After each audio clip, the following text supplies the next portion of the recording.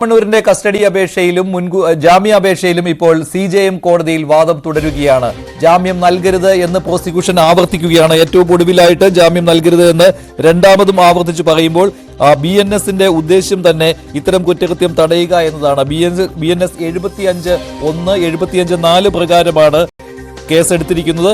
ഈ വകുപ്പിന്റെ ഉദ്ദേശ്യം തന്നെ ഇത്തരത്തിലുള്ള കുറ്റകൃത്യം, ലൈംഗിക അധിക്ഷേപം തടയുക എന്നുള്ളതാണ് എന്ന് പ്രോസിക്യൂഷൻ കോടതിയിൽ വാദിക്കുകയാണ്. അതിനാൽ ജാമ്യം നൽകരുത് എന്ന് പറയുന്നു. ദ്വയാർത്ഥ പ്രയോഗം വീഡിയോ കണ്ട എല്ലാവർക്കും മനസ്സിലാകുമെന്നും പ്രോസിക്യൂഷൻ പറയുന്നു. അനുവാദമില്ലാതെ ദുരുദ്ദേശത്തോടെ കയ്യിൽ പിടിച്ചു എന്നത് കുറ്റം തന്നെയാണ് എന്നും വാദിക്കുകയാണ്. അങ്ങനെ കണ്ണൂർ ആലക്കോട്ടുള്ള ജ്വല്ലറി ഉദ്ഘാടന സമയത്ത് ബോബി ചെമ്മണ്ണൂർ ലൈംഗിക അധിക്ഷേപം നടത്തുകയാണ് ഉണ്ടായത്. അതിനാൽ ഈ വകുപ്പ് പ്രകാരം എടുത്തിരിക്കുന്ന കേസ് ഗൗരവമുള്ളതാണ്. പ്രതിക്ക് ജാമ്യം നൽകരുത് എന്ന് പ്രോസിക്യൂഷൻ വാദിക്കുന്നു. ദ്വയാർത്ഥ പ്രയോഗമാണെന്ന് ഉറപ്പാണെന്നാണ് പ്രോസിക്യൂഷൻ പറയുന്നത്. സെക്ഷുവലി കളേർഡ് റിമാർക്ക് തന്നെയാണെന്ന് പ്രോസിക്യൂഷൻ പറയുന്നു. നേരത്തെ ഹണി റോസിന്റെ പരാതിയിലും ഇക്കാര്യങ്ങൾ വ്യക്തമാക്കിയിരുന്നതാണ്. നടിയുടെ പരാതി പ്രോസിക്യൂഷൻ അതേ രീതിയിൽ തന്നെ വായിക്കുകയാണ് ചെയ്യുന്നത്. 4 പേജുള്ള നടിയുടെ പരാതി കോടതിയിൽ പ്രോസിക്യൂഷൻ വായിക്കുകയാണ്. ആ ചടങ്ങ് അലങ്കോലമാക്കേണ്ടെന്ന് തോന്നിയിട്ടാണ് മൗനം പാലിച്ചത് എന്ന് നടി ഈ പരാതിയിൽ പറയുന്നുണ്ടായിരുന്നു. ഇക്കാര്യം പ്രോസിക്യൂഷൻ എടുത്തു പറയുന്നു. തുടർന്നും അധിക്ഷേപങ്ങൾക്ക് പരിധി ഉണ്ടായില്ല എന്നാണ് പ്രോസിക്യൂഷൻ പറയുന്നത്. ഇതിനുശേഷവും ഒരു ചടങ്ങ് നടന്നിരുന്നു. അതൊരു സ്പായുടെയും ജിമ്മിന്റെയും ഉദ്ഘാടനമായിരുന്നു. ആ ചടങ്ങിലും ബോബി ചെമ്മണ്ണൂർ മോശം പ്രയോഗങ്ങൾ നടത്തി എന്നും നടി പരാതിയിൽ പറയുന്നു. ഇക്കാര്യവും പ്രോസിക്യൂഷൻ കോടതിയിൽ ആവർത്തിച്ചു പറയുകയാണ്. പിന്നീട് മറ്റൊരു ഉദ്ഘാടനത്തിന് ക്ഷണിച്ചു എങ്കിലും താല്പര്യമില്ല എന്ന് പറഞ്ഞു. ഈ വിവരവും പറയുകയാണ്. അമ്മ വിളിച്ച് പരിപാടിയുടെ കോർഡിനേറ്ററോട് ഇക്കാര്യങ്ങൾ പറഞ്ഞു എന്നുള്ള കാര്യവും, വേദനയുണ്ട്, മനോവേദന അനുഭവിക്കുകയാണ് നടി എന്നുള്ള കാര്യം നടിയുടെ അമ്മ തന്നെ ബോബി ചെമ്മണ്ണൂരിന്റെ പ്രോഗ്രാം കോർഡിനേറ്ററോട് വിളിച്ചു പറഞ്ഞു എന്നുള്ള കാര്യവും ഇതും നടിയുടെ പരാതിയിലുള്ളതാണ്. ഇക്കാര്യം കോടതിയിൽ പ്രോസിക്യൂഷൻ പറയുകയാണ്.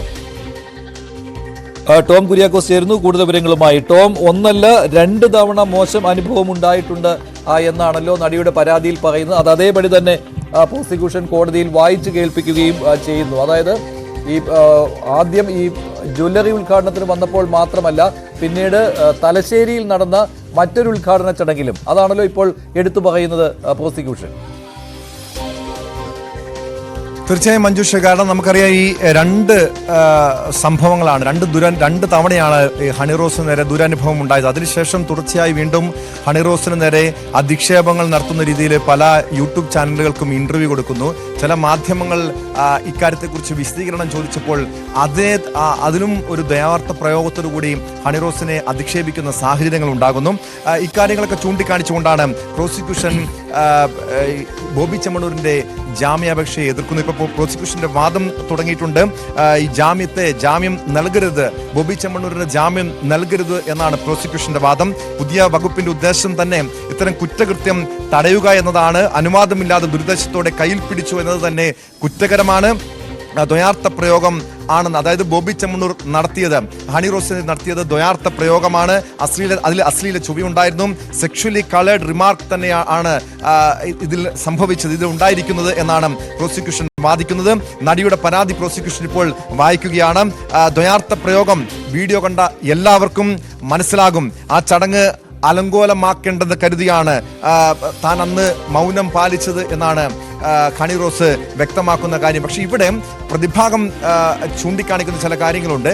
അങ്ങനെയെങ്കിൽ എന്തിനാണ് ഹണി റോസിന്റെ പരാതിക്കാരിയുടെ ഫേസ്ബുക്കിൽ ഇപ്പോഴും ആ വീഡിയോകൾ ഉള്ളത്? ആ വീഡിയോ അത്തരമൊരു ബുദ്ധിമുട്ട്, മാനസികമായ ബുദ്ധിമുട്ടുണ്ടായിരുന്നെങ്കിൽ ആ വീഡിയോ എന്തുകൊണ്ട് ഡിലീറ്റ് ചെയ്തില്ല തുടങ്ങിയ കാര്യങ്ങളൊക്കെ നേരത്തെ പ്രതിഭാഗം ഉന്നയിച്ചിരുന്നു.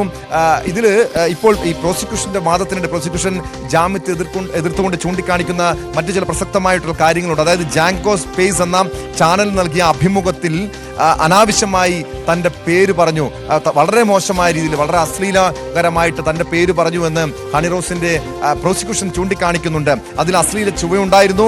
ജാമ്യം നൽകരുതെന്ന് വീണ്ടും ആവർത്തിക്കുകയാണ് പ്രോസിക്യൂഷൻ. അതിൽ മറ്റു പല, അതായത് ജാമ്യം നൽകിക്കഴിഞ്ഞാൽ ഈ കേസിന്റെ അത് മെറിറ്റിനെ തന്നെ ബാധിക്കാം. കാരണം നമുക്കറിയാം ഇതുപോലുള്ള ലൈംഗിക അധിക്ഷേപങ്ങൾക്കെതിരെ ഒരു മുന്നറിയിപ്പായിട്ടാണ്, ഒരു താക്കീതായിട്ടാണ് ബോബി ചെമ്മണ്ണൂരിനെതിരെ കടുത്ത നടപടി സ്വീകരിച്ച് ഇതുപോലുള്ള ശക്തമായ വകുപ്പുകൾ ബോബി ചെമ്മണ്ണൂരിനെതിരെ ചുമത്തിയിരിക്കുന്നത്. മാത്രമല്ല കഴിഞ്ഞ ദിവസം മറ്റൊരു കേസുമായി ബന്ധപ്പെട്ട് KSEBയിലെ ജീവനക്കാരിക്കെതിരെ ഒരു മേലുദ്യോഗസ്ഥൻ ഒരു ലൈംഗിക ചുവയോടെ സംസാരിച്ചതുമായി ബന്ധപ്പെട്ട കേസിൽ കഴിഞ്ഞ ദിവസം ഹൈക്കോടതിയും ചൂണ്ടിക്കാണിച്ചൊരു കാര്യമുണ്ടായിരുന്നു.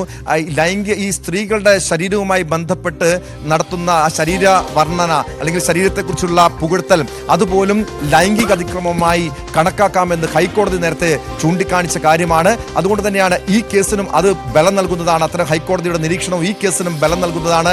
അതുപോലുള്ള ശരീരവർണ്ണനകൾ കാരണം ഈ ഒരു ഓൺലൈൻ ചാനൽ ജാങ്കോ സ്പേസ് എന്ന ഓൺലൈൻ ചാനലിൽ നൽകിയ അഭിമുഖത്തിൽ ബോബി ചെമ്മണ്ണൂർ ഹണി റോസിനെ കുറിച്ച് വളരെ മോശമായ രീതിയിൽ ആംഗ്യഭാഷയോടുകൂടി അവരുടെ ശരീരത്തെക്കുറിച്ച് പരാമർശിക്കുന്ന സാഹചര്യം പോലും ഉണ്ടായി. ഇക്കാര്യങ്ങളൊക്കെ ഈ ദൃശ്യങ്ങൾ സഹിതം പ്രോസിക്യൂഷൻ ചൂണ്ടിക്കാണിക്കുന്നുണ്ട്. പരാതിക്കാരുടെ പരാതി അതായത് ഹണി റോസിന്റെ പരാതി വായിച്ച് കേൾപ്പിക്കുന്നുണ്ട്.